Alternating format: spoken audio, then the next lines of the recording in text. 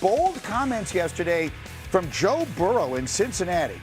After the Bengals missed the playoffs for the third straight year, they revamped their roster on defense, and the quarterback has taken notice. Burrow, who expressed his frustrations at times last year, now sounds very confident about his team moving forward. Listen to this.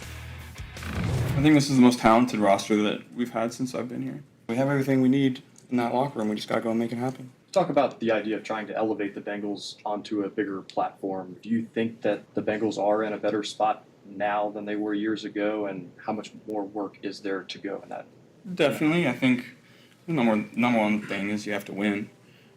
And we're going to go win a lot of games this year and play great and win a Super Bowl. And everything that comes with that comes with that.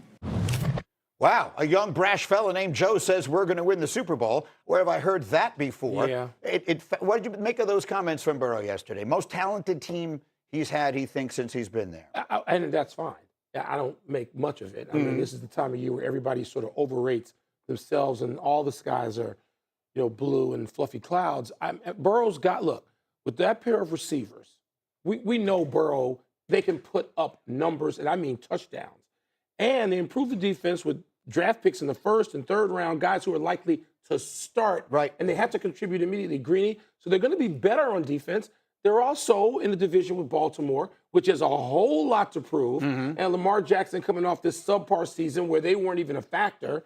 So, I don't know that I'm listening to Joe Burrow proclaim how great they are as, I'm going to put them above Buffalo in the AFC? Yeah. No. Am I going to put them above Baltimore in their own division? No. Above New England? No.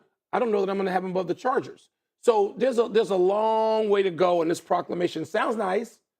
It reminds me of, I'm going to go historical for a second. It reminds me of Dan Marino. Okay. Who had some great seasons, and there was a lot of talent, and he got there once. Joe Burrow's been once, like Ken Anderson in Cincinnati went once, like Boomer Esiason in Cincinnati went once. There's no sort of history of the Bengals being so loaded that we're going to make them prohibitive favorites, even in their own division. Don't see it. The other piece of this that I think is interesting is there's what Burrow thinks, and then there's what Burrow thinks. You've heard the same whispers I have. I'm not even sure they're whispers at this point. He seemed so frustrated late last year. The idea, and I've heard Shefty sort of talk around this, but more than he usually would be if he was just going to shut it down, that if things go sideways this year, that Joe Burrow start glancing around might at start other thinking possibilities. What do you think? Of course, that would be the case if there's that level of frustration. First of all, you sort of put pressure on everyone else in the organization if you walk out there and say this is the best team we've had, the most talented team we've had. And now, so expectations have been raised. In Cincinnati, I'm sorry, I got to see it. I'm not extending benefit of the doubt. It's in fourth grade. There's no extra credit. Let's see this play out. I was asking you about the schedule for Pittsburgh. Yeah. And I like the fact that Pittsburgh's got Cincinnati and somebody else tough in the first 3 weeks. Cincinnati. New England is the other team they have early. Cincinnati has a very favorable schedule. They only play 5 games against teams who made the playoffs last year. The Steelers twice, the Texans, the Jaguars, and the Panthers, who made the playoffs as a sub-500 team. But there are 2 games against Baltimore, which aren't mentioned there, that certainly are going to be factors in that whole thing. So you're confident the Ravens bounce back after what was a very disappointing year? I don't know if I'm confident.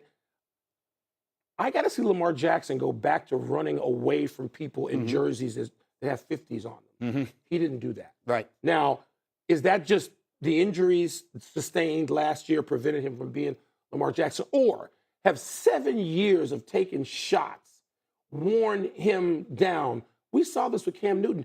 The number of years people exaggerate and say, he's going to be great for 12 to 15 years. No. There just aren't. Tom Brady's don't just grow on trees. They don't just walk around like that, especially guys who take as many shots as Lamar Jackson. And by the way, Burrow's had injuries. Yes. So very quickly the physical toll piles up, Greeny, and you got to see how this plays out before I accept any of these rosy prognostications. And maybe the psychological toll, too. Okay, coming up. The last dance for Aaron Rodgers, who met with reporters yesterday and confirmed this season in Pittsburgh will be his last. The 4-time MVP said Mike McCarthy's hiring had a big impact on his decision to return to Pittsburgh, especially after the departure of Mike Tomlin. said he was stepping away. That was an emotional moment, just because we all love him so much and care about him. And I thought that that was probably it for me in Pittsburgh. But when the decision was made to hire Mike, I started opening my mind back up to coming back. It was surreal, honestly, sitting in the meeting, the first 8 o'clock meeting on Monday. Took me back to being a 22-year-old kid, sitting in Green Bay, listening to Mike's first meeting in 2006. So it's fun. I mean, it's like a pinch me moments. So he goes back sort of to where it all began for him with Mike McCarthy, and subsequently would say this season will be his last season in the NFL. Michael, I mean, you've been pretty, strong in your opinions on all of this. What was your number one? He talked about so many things yesterday. What were your biggest takeaways? Well, there's a takeaway from the career, and there's a takeaway from all the overstatement about what he still means. The career is one of the great careers in NFL history. 4 MVPs. Yeah.